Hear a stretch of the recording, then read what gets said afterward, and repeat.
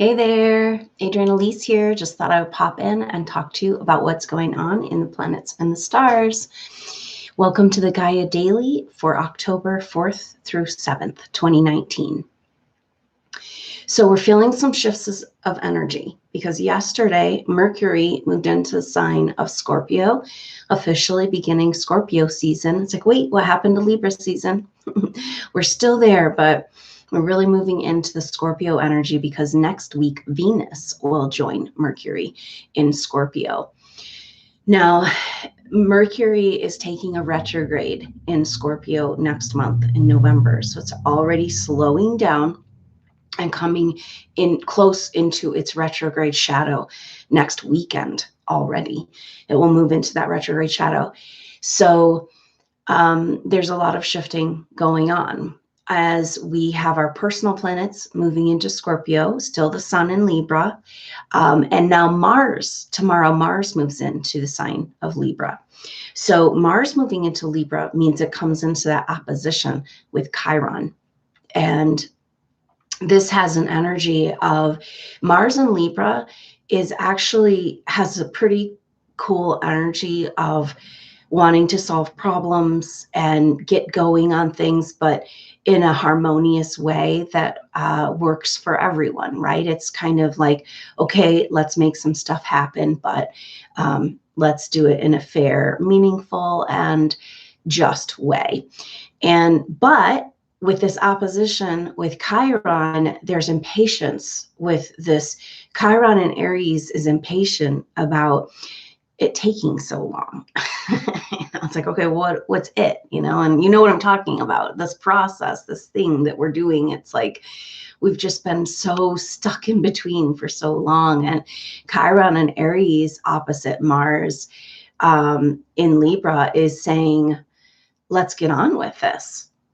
And so there's some kind of a showdown going on between our desire for action, but also our desire to not compromise ourselves as we move forward. Mars can take action for action's sake, right? Chiron in Aries doesn't want to compensate and pretend that there's someone else anymore. And so this energy is like, okay, we're looking for peaceful solutions. We're trying to see the other side of the story. With Mars and Libra, we're trying to get somewhere in these negotiations. And Chiron is saying, I won't compromise. So it's interesting because it's bringing us to a place of like where we won't compromise ourselves, and we're figuring out where our boundaries lie. So probably people are going to be going back and forth between this energy of trying to make it all good for everybody and move forward versus standing up for yourself first. And it's a pretty interesting energy. And it's almost like I can see this as a psychic battle within us. I can see it as a political energy. I can see it manifest in the collective, maybe in every interaction in our relationships, because Libra rules relationships, our relationship to ourselves and others. And so we're going to be feeling this. We're just starting to feel this energy of Mars in this opposition with Chiron. Now, Mars is the ruler of Aries where Chiron is. Right? So it's like activated by this opposition, and yet there's this frustration and kind of like how do we overcome the gap between the sides of the story? And this might be a big part of why we haven't been able to reconcile who we really are and be able to move forward, because we've got these divergent stories going on.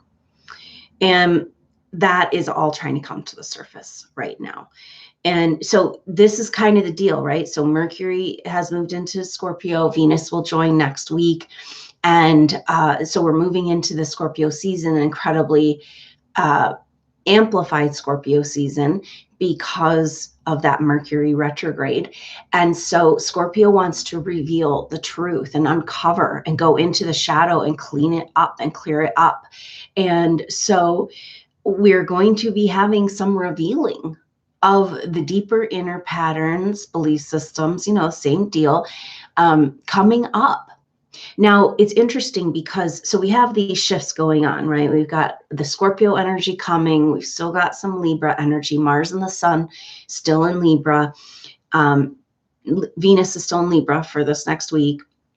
And, but we have had Pluto turn direct, heading us right in to this 2020 astrology, where Pluto, Saturn, and Jupiter do a dance together in Capricorn. And it's a really intense combination of things going on throughout 2020. And I'll make sure to get some updates out about this 2020 astrology. But Pluto turning direct is like, okay, game on, we're heading into it.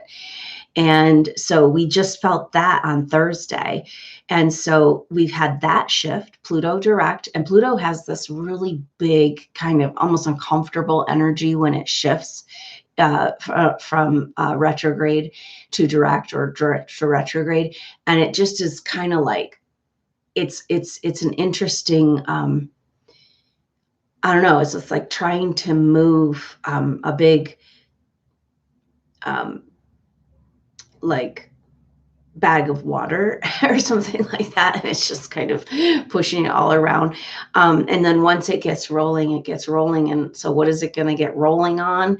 It's getting rolling on the breakdown of our structures of our world that are not really in alignment with who we are, breaking down the parts of our personality that aren't in alignment with who we really are. It's a cleansing. It's Pluto's that ruler of Scorpio. So it's pretty powerful that we've got that Pluto direct and bam, Mercury moving right into Scorpio, heading into that retrograde shadow. So we've got a big shift of energy there, putting a focus on these, this shadow and revealing and deeper examination, you know. So this Mercury retrograde that is happening in November in Scorpio is exactly the time last year when we were coming out feeling really, actually, I think in the depths of that Venus retrograde in Scorpio last year. And it's like Mercury's taking a retrograde there, 3 passes over, in order to kind of try to figure out, you know. And it's interesting because I'm kind of seeing this picture of like how we all are trying to figure out sometimes the mysteries of the feminine, you know, and getting along with our female friends and with ourselves as a female as we change day by day in a super dynamic way on a hormonal level. And Mercury's kind of like, you know, into the mysteries and trying to heal, make sense, and, you know, assimilate what we went through last year at this time. So that's what the next couple of months are about. And it's really cool, actually, because we've done lots of shadow diving. And this time we don't have to be so scared. We're a little more comfortable there, right? And we do want to find what's hidden so that we can move forward. You know, we really are at that point on so many levels in our world right now, where until we get more truth, you know, in our personal life, until we get more clarity and truth about what's really going on with people around us, you know, it's like, and this is kind of the energy of this year, this long and kind of intense Scorpio season is about people showing their true colors. You know, and then all of us kind of looking at all of our colors, the browns and the blacks and, you know, the sludge. And so we can get the heck out of there because we're heading into 2020 and it's profound, powerful astrology around changing our world. Now, this is the other thing that's going on because we've got that Scorpio transition, Pluto direct, and now we also have a backdrop change. Okay, so the backdrop is these bigger transits that have been the kind of the hallmark of 2019 astrology. And those are just coming off, like the Jupiter square to Neptune, it's fading away. And the Saturn conjunct the South Node is also fading away. We've had our third and final pass of those. What's coming to the foreground now will also be exact in November, right during the Mercury retrograde. but it's rather helpful and encouraging. This is Saturn in Capricorn in sextile to Neptune. And we've also felt this a couple times already this year, and will be our third time. So the third transit is when you can get the gift of the transit. And there's a gift here. And it's very kind of, we'll see what manifests with this.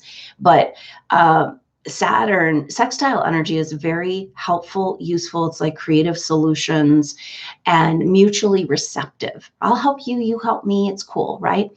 And so these signs are communicating with each other. Saturn in the sign of Capricorn and Neptune in the sign of Pisces are communicating with each other. They're like one sign apart, with Aquarius in between. So they're like the next best friend because it's the next feminine sign.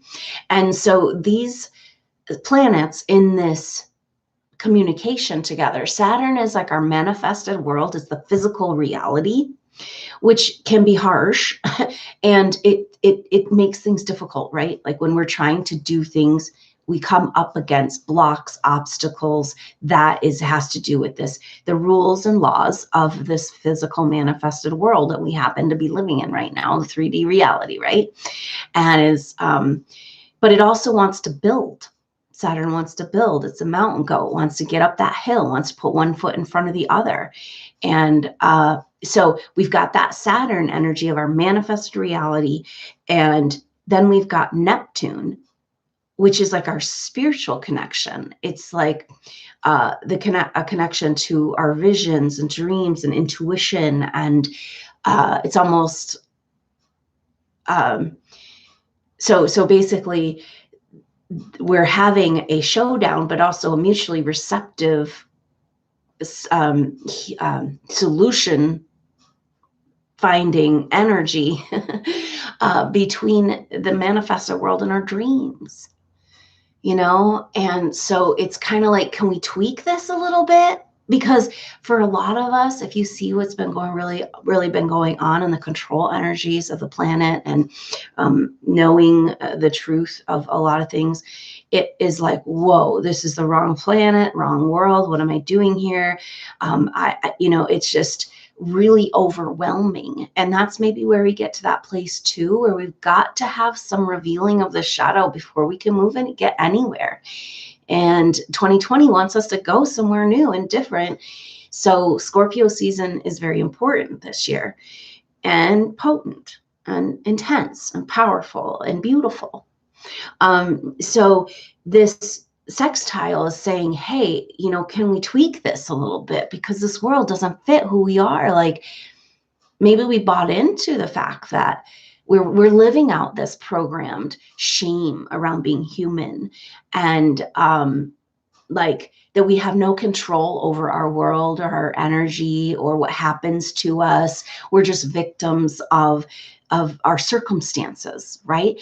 And this is saying, yeah, no, can we tweak that a little bit, and can we grab a hold of the energy of Saturn that has to do with our path in this place, like how we want to interact with this material world, and put these things together and basically allow ourselves to imagine something new and different, and so that we can move into 2020 with an idea of what we'd like to build, with what it feels like and looks like, allowing ourselves to reset our energy field and our whole programmed reality into a different program.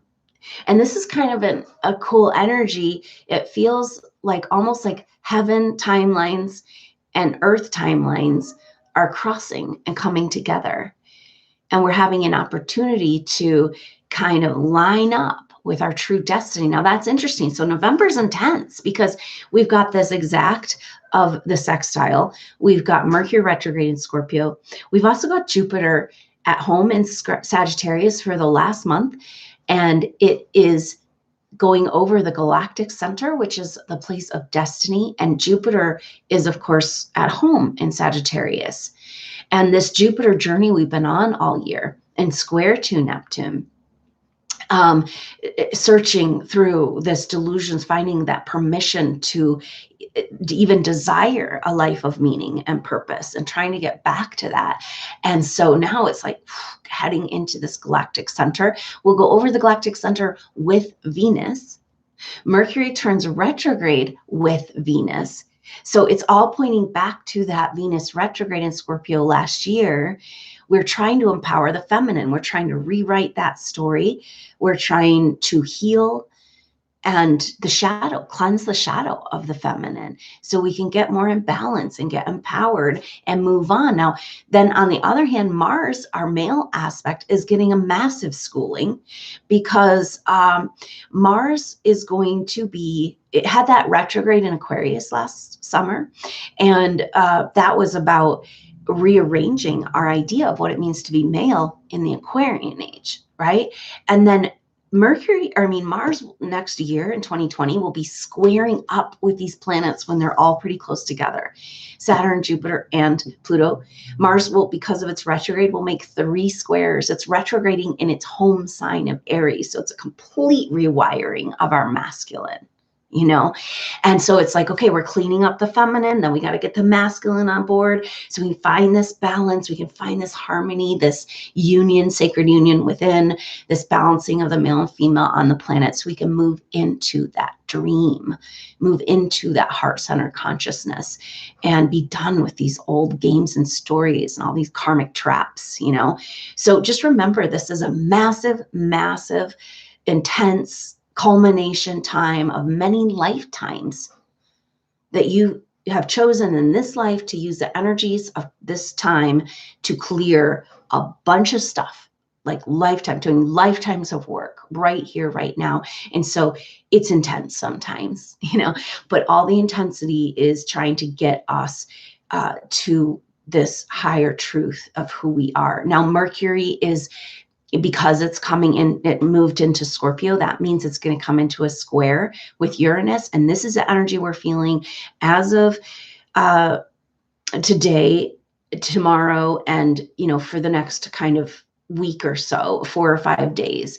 And so Mercury in square with Uranus is about Mercury, when they're interacting, Mercury and Uranus, it's like the higher and the lower mind. And Uranus can be like insights and information and revealings and things like that. And then Mercury is our everyday conceptual reality, how we make sense of it. So when these planets come together, there's a meeting of the higher and lower mind. So you should pay attention to any messages. Just pay attention to what the universe is trying to speak to you. But actually, maybe you don't need to super pay attention, because with a square energy and Mercury and Uranus in square, it's like, can be rather unexpected and shocking. So probably you'll find the information without having to listen too hard. But maybe you could get more clarity by taking advantage of this time of downloads and upgrades and just making sure you have some time to meditate each day. So really intense shifts and changes pushing us into this 2020 astrology. It's this threshold experience that we're all going to go through together. So I'll be back with more information about that 2020 astrology, and I'll be here with you along the way. So I'll see you on the next update. And until then, I'm Adrienne Elise. Namaste.